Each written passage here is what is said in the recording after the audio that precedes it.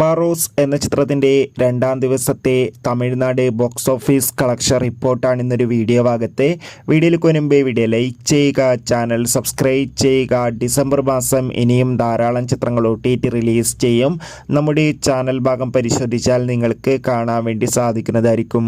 മോഹൻലാൽ നായകനായെത്തി മോഹൻലാൽ തന്നെ സംവിധാനം ചെയ്ത് ഡിസംബർ 25-ാം തീയതി ക്രിസ്മസ് സ്പെഷ്യലായി തിയേറ്ററുകളിൽ എത്തിയ ചിത്രമായിരുന്നു ബാറോസ്. എല്ലാ സിനിമാ പ്രേമികളും ഒരേപോലെയായിരുന്നു ചിത്രത്തിൻ്റെ റിലീസിനായി കാത്തിരുന്നത്.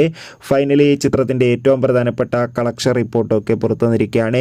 ചിത്രത്തിന് രണ്ടാം ദിവസം തമിഴ്നാട്ടിൽ നിന്ന് മികച്ചൊരു അഭിപ്രായം, മികച്ചൊരു ബുക്കിംഗുമാണ് നടക്കുന്നത്. അതുകൊണ്ട് തന്നെ 30 ലക്ഷത്തിൻ്റെ അടുത്ത് വരെ രണ്ടാം ദിവസവും കളക്ഷൻ സ്വന്തമാക്കാൻ വേണ്ടി സാധിക്കുമെന്നാണ് ട്രാക്കിംഗ് റിപ്പോർട്ടുകൾ സൂചിപ്പിക്കുന്നത്.